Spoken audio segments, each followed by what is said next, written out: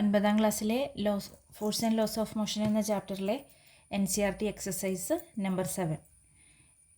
A 8,000 kilogram engine pulls a train of 5 wagons, each of 2,000 kilogram, along a horizontal track. If the engine exerts a force of 40,000 Newton and track offers a frictional force of 5,000 Newton, then calculate net accelerating force, acceleration of the train and force of wagon 1 on wagon 2. അപ്പോൾ ഇവിടെ 5 wagons ഉള്ള ഒരു train ഉണ്ട്. അതിൽ എൻജിൻ്റെ mass 8,000 kilogram ആണ്. അതേപോലെ ഓരോരോ വാഗണിൻ്റെയും mass 2,000 kilogram ആണ്. അങ്ങനെയാണ് തന്നിരിക്കുന്നത്. ഒരു ട്രെയിൻ ഉണ്ട്.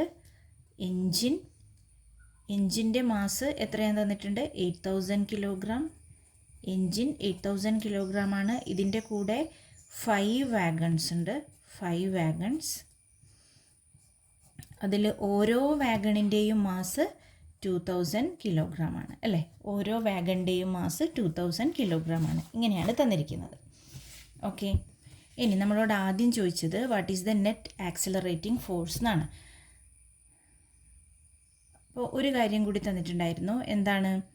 If the engine exerts A force of 40,000 newton, അതായത് എൻജിൻ 40,000 ന്യൂട്ടൺ ഫോഴ്സ് എല്ലാ വാഗണിൻ്റെ മേലെയും എക്സേർട്ട് ചെയ്തിട്ടാണ് ഇങ്ങോട്ടേക്ക് ട്രെയിൻ മൂവ് ചെയ്യുന്നത് അല്ലേ? ഈ ഫോഴ്സ് ഉപയോഗിച്ചിട്ടാണ് ഇത്രയും ഫോഴ്സ് എക്സേർട്ട് ചെയ്യുന്നുണ്ട്. ഓക്കെ, പക്ഷേ എന്തുണ്ട്? ഫ്രിക്ഷൻ ഉണ്ട്. എത്രയാണെന്ന് നമുക്ക് തന്നിട്ടുമുണ്ട്. ഫ്രിക്ഷൻ ഏത് ഡയറക്ഷനിലായിരിക്കും? ഓപ്പോസിറ്റ് ഡയറക്ഷനിലായിരിക്കുമല്ലോ. ഫ്രിക്ഷൻ മോഷനെ ഒപ്പോസ് ചെയ്യുന്നു എന്നല്ലേ? അപ്പോൾ ട്രെയിനിനെ സുഖമായി മൂവ് ചെയ്യാൻ വിടില്ല. 5,000 newton frictional force just opposite ഡയറക്ഷനിലുണ്ട്. അങ്ങനെയാണെങ്കിൽ what is the net accelerating force, അതായത് നെറ്റ് ഫോഴ്സ് എത്ര എന്നാണ് ചോദിച്ചിരിക്കുന്നത്. ഓക്കെ, അപ്പോൾ നെറ്റ് ഫോഴ്സ് എത്രയായിരിക്കും? ഈ ഡയറക്ഷനിലും ഓപ്പോസിറ്റ് ഡയറക്ഷനിലാണ്. അപ്പോൾ 40,000 ന്യൂട്ടൺ ടുവേർഡ്സ് ലെഫ്റ്റും 5,000 ടുവേർഡ്സ് റൈറ്റും ആയിരിക്കും. അപ്പോൾ നെറ്റ് ഫോഴ്സ് എത്രയായിരിക്കും? 35,000 ന്യൂട്ടൺ. എങ്ങോട്ടേക്കായിരിക്കും? ഇങ്ങോട്ടേക്കായിരിക്കും അല്ലേ? അതുകൊണ്ടാണ് ട്രെയിന് മൂവ് ചെയ്ത് പോകുന്നത്. ഓക്കെ, ഇനി സെക്കൻഡ് ക്വസ്റ്റ്യൻ എന്തായിരുന്നു? ദ ആക്സിലറേഷൻ ഓഫ് ദ ട്രെയിനിൻ്റെ ആക്സിലറേഷൻ എത്ര എന്നാണ് ക്വസ്റ്റ്യൻ. അതിന് നമുക്ക് force is equal to mass into acceleration എന്നുള്ള ഇക്വേഷൻ ഉപയോഗിക്കാം. ആക്സിലറേഷൻ എന്താണ്? F/m ആണ്. ഇവിടെ നമ്മൾ ഫോഴ്സ് കണ്ടുപിടിച്ച് കഴിഞ്ഞു. എത്രയാണ് ഫോഴ്സ്? 35,000 ന്യൂട്ടൺ ആണ്. നമുക്കിനി മാസ് അറിയണം. മാസ് എത്രയാണ്? 8,000 മാസ് എഞ്ചിന് തന്നെ വന്നു അല്ലേ? അതുമാത്രമല്ല 5 വാഗൺസ് ഉണ്ട്. ഓരോന്നിൻ്റെയും മാസ് 2,000 ആണ്. അങ്ങനത്തെ 5 എണ്ണം ഉണ്ടെങ്കിൽ ടോട്ടൽ 5 × 2,000 10,000 വരും. ഓക്കെ, അപ്പോൾ ടോട്ടൽ മാസ് 18,000 എന്ന് വരും. 18,000 കിലോഗ്രാം. ഇനി നമുക്ക് എന്ത് ചെയ്താൽ മതി? സബ്സ്റ്റിറ്റ്യൂട്ട് ചെയ്താൽ മതി. Force 35,000 newton divided by 18,000. 35/18 ചെയ്ത് കഴിഞ്ഞാൽ you will get 1.94 metre per second square. ഇത്രയും സിമ്പിളാണല്ലോ. തേർഡ് ക്വസ്റ്റ്യനിൽ നമ്മളോട് ചോദിച്ചിരിക്കുന്നത് force of wagon 1 on wagon 2. Force of wagon 1 on wagon 2. ഇതാണ് വാഗൺ 1, ഇത് wagon 2. What is the force അല്ലേ? 1 2ൽ എക്സേർട്ട് ചെയ്യുന്ന ഫോഴ്സ് എത്ര എന്നാണ് ചോദിച്ചിരിക്കുന്നത്. പക്ഷെ നമ്മളോട് ഇങ്ങനെയാണ് ചോദിച്ചതെങ്കിലും ഫോഴ്സ് കാണാൻ നമ്മൾ എന്ത് ചെയ്യണം? ഫോഴ്സ് ഇൻറ്റു ആക്സിലറേഷൻ ഓഫ് ഇത്. ഇപ്പം നമ്മൾ 2 ആണെങ്കിൽ ഇപ്പം ഇതൊന്നും ഇല്ല എന്ന് വിചാരിക്കും. ഇതിൻ്റെ പിറകിൽ ഇതൊന്നും ഇല്ല, 1ഉം 2ഉം വാഗൺ മാത്രമേ ഉള്ളൂ എങ്കിൽ what is the force exerted by wagon 1 on 2 എന്ന് ചോദിച്ചു കഴിഞ്ഞാൽ ഒന്നാമത്തത് 2ൽ ഏൽപ്പിക്കുന്ന ഫോഴ്സ് എത്രയാണെന്ന് ചോദിച്ചു കഴിഞ്ഞാൽ ഇതിൻ്റെ മാസ് ഇൻറ്റു ഇതിൻ്റെ ആക്സിലറേഷൻ. അങ്ങനെയാണല്ലോ നമ്മൾ ചെയ്യേണ്ടത്. അപ്പോൾ ഇവിടെ കുറച്ചൊന്ന് നമ്മൾ മനസ്സിലാക്കാനുള്ളത്, ഈ വാഗൺ 1 ഓൺ 2 എന്ന് ചോദിച്ചു കഴിഞ്ഞാലും ഈ ഫോഴ്സ് എന്താ ചെയ്യുന്നത്? ശരിക്കും ഈ 4 വാഗണിൻ്റെ മേലെയും ഈ ഒരു വാഗൺ 1 ഫോഴ്സ് എക്സേർട്ട് ചെയ്യുന്നുണ്ട്, ഇതിൻ്റെ മേലെ മാത്രമല്ല. ഓക്കെ, അപ്പോൾ നമ്മൾ ഇവിടെ കൺസിഡർ ചെയ്യുന്ന സമയത്ത് എന്ത് ചെയ്യേണ്ടി വരും? ഇവിടെയുള്ള 4 വാഗണിൻ്റെയും മാസ് കൺസിഡർ ചെയ്യേണ്ടി വരും. അത് മാത്രമാണ് അവിടെ വരുന്ന ഒരു കൺഫ്യൂഷൻ. ഓക്കെ, ഇനി അവിടെ ഉണ്ടാകുന്ന ആക്സിലറേഷനോ? ആക്സിലറേഷൻ എടുക്കുന്ന സമയത്ത് നമ്മൾ നേരത്തെ ട്രെയിനിൻ്റെ ആക്സിലറേഷൻ എന്ന് പറഞ്ഞല്ലോ, അതേപോലെ ഇവിടെ എന്തേ ഉള്ളൂ, വാഗൺസ് മാത്രമേ ഉള്ളൂ. 1 മുതൽ 5 വരെയുള്ള വാഗൺസ് മാത്രമേ ഉള്ളൂ. ഇവിടുന്ന് ഇങ്ങോട്ടുള്ള കാര്യം മാത്രമാണ് നമ്മൾ പറയുന്നത്, എഞ്ചിൻ്റെ കാര്യം പറയുന്നേ ഇല്ല. അപ്പോൾ എന്ത് വേണം, ഇവിടെയുള്ള ആക്സിലറേഷൻ നമ്മൾ ഈ കണ്ടുപിടിച്ച 1.94 m/s² അല്ല, ഈ വാഗണിന് മാത്രം ഉള്ള ആക്സിലറേഷനാണ്. ഓക്കെ, അപ്പോൾ അവിടെ നമ്മൾ ആക്സിലറേഷൻ എടുക്കുന്ന സമയത്ത് 1.94 അല്ല, ഒന്നുകൂടി കാൽക്കുലേറ്റ് ചെയ്യേണ്ടി വരും. അതാണ് ഇവിടെ വരുന്ന ഒരു കൺഫ്യൂഷൻ. ഓക്കെ, അപ്പോൾ നമുക്ക് F = m × a എന്നെടുക്കാം. ഇനി മാസ് ഞാൻ പറഞ്ഞു, നമ്മൾ എന്ത് ചെയ്യുന്നു, റൈറ്റ് സൈഡിലുള്ള രണ്ടാമത്തെ വാഗണിനെ മാത്രം എടുത്താൽ പോരാ, അതിൻ്റെ അപ്പുറത്തുള്ള 3 എണ്ണം കൂടി ചൂസ് ചെയ്യണം. അപ്പോൾ അങ്ങനെ എത്ര എണ്ണം ഉണ്ട്, 4 എണ്ണം ഉണ്ട്. അപ്പോൾ മാസ് എത്ര കിട്ടും, 8000 kg എന്ന് കിട്ടും. ഓക്കെ, ഇനി നമ്മൾ ആക്സിലറേഷൻ ഇവിടെ കാൽക്കുലേറ്റ് ചെയ്യണം. ആക്സിലറേഷൻ = F/m എന്ന് എഴുതാം. എത്രയാണ് ഫോഴ്സ്, 35,000 ന്യൂട്ടൺ ഉപയോഗിച്ചിട്ട് തന്നെയാണ് മൂവ് ചെയ്യുന്നത്.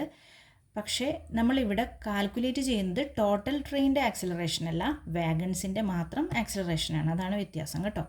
അപ്പോൾ എത്ര വരും, നമുക്ക് 5 വാഗൺ വിത്ത് 2000 മാസായിരുന്നു, അപ്പോൾ 10,000. ഓക്കെ, 35,000 ഡിവൈഡഡ് ബൈ 5 × 2000, സീറോസ് ക്യാൻസലായി, 3.5 m/s². ഇനി എന്ത് ചെയ്യാം, ഇനി ഫോഴ്സ് നമുക്ക് കാൽക്കുലേറ്റ് ചെയ്യാം. F = 8000 × 3.5. Okay, when you calculate this you will get 28,000 Newton. Okay, so this will be the answer of third one. ഇനി നമുക്ക് അടുത്ത ക്വസ്റ്റ്യൻ നോക്കാം. Question number 8. An automobile vehicle has a mass of 1,500 kg.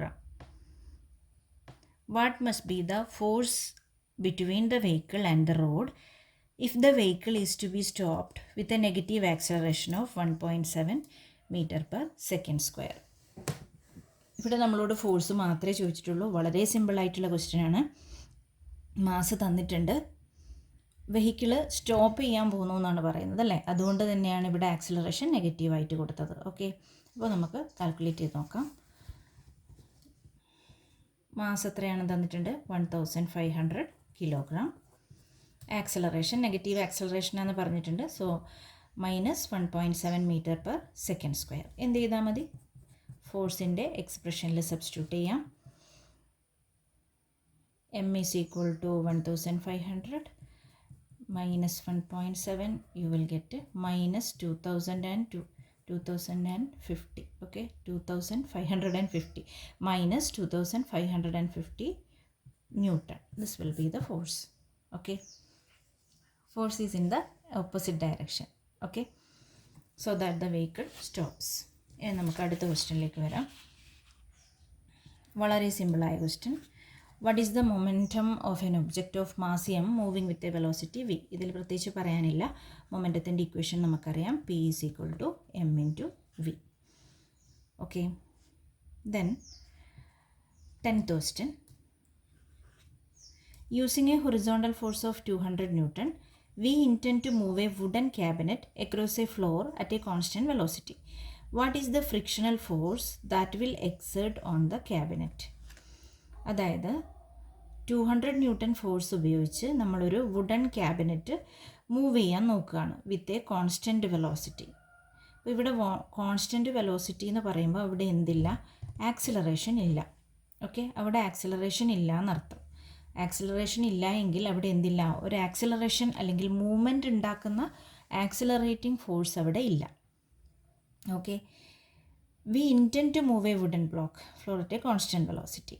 ഇനി ഇത് ഒരു constant വെലോസിറ്റിയിൽ തന്നെ move ചെയ്തുകൊണ്ടിരിക്കുകയാണ് അല്ലേ, അതായത് റെസ്റ്റ് പോലത്തെ ഒരു കണ്ടീഷൻ തന്നെയാണ്. അതുകൊണ്ടാണ് ഞാൻ പറഞ്ഞത് അവിടെ ആക്സിലറേഷൻ കൊടുക്കാൻ മാത്രമുള്ള ആക്സിലറേറ്റിംഗ് ഫോഴ്സ് അവിടെ ഇല്ല, നെറ്റ് ഫോഴ്സ് അവിടെ വരുന്നില്ല. ഓക്കെ, അപ്പോൾ 200 ന്യൂട്ടൺ ഫോഴ്സ് നമ്മൾ അപ്ലൈ ചെയ്യുന്നുണ്ട് അല്ലേ, 200 ന്യൂട്ടൺ ഫോഴ്സ് നമ്മൾ അപ്ലൈ ചെയ്യുന്നുണ്ട്. അതുകൊണ്ട് തന്നെ എന്തുണ്ടാവും, ഓപ്പോസിറ്റ് ഡയറക്ഷനിൽ ഫ്രിക്ഷൻ ഉണ്ടാവും. അത് എത്രയായിരിക്കും, ഈ അപ്ലൈ ചെയ്യുന്ന ഫോഴ്സിന് ഈക്വലൻ്റ് തന്നെ ആയിരിക്കും, -200 ന്യൂട്ടൺ ആയിരിക്കും ഫ്രിക്ഷണൽ ഫോഴ്സ്. ഓക്കെ, അതപ്പോൾ നമ്മളങ്ങനെ കാൽക്കുലേറ്റ് ചെയ്യേണ്ട ആവശ്യമില്ല, എഴുതിയാൽ മാത്രം മതിയാവും കേട്ടോ. ഇഫക്റ്റീവ് ഫോഴ്സ് ഇവിടെ 0 ആയിട്ട് വരും, പക്ഷേ എന്തുണ്ട് frictional force 200 Newton in the opposite direction will be there. Okay.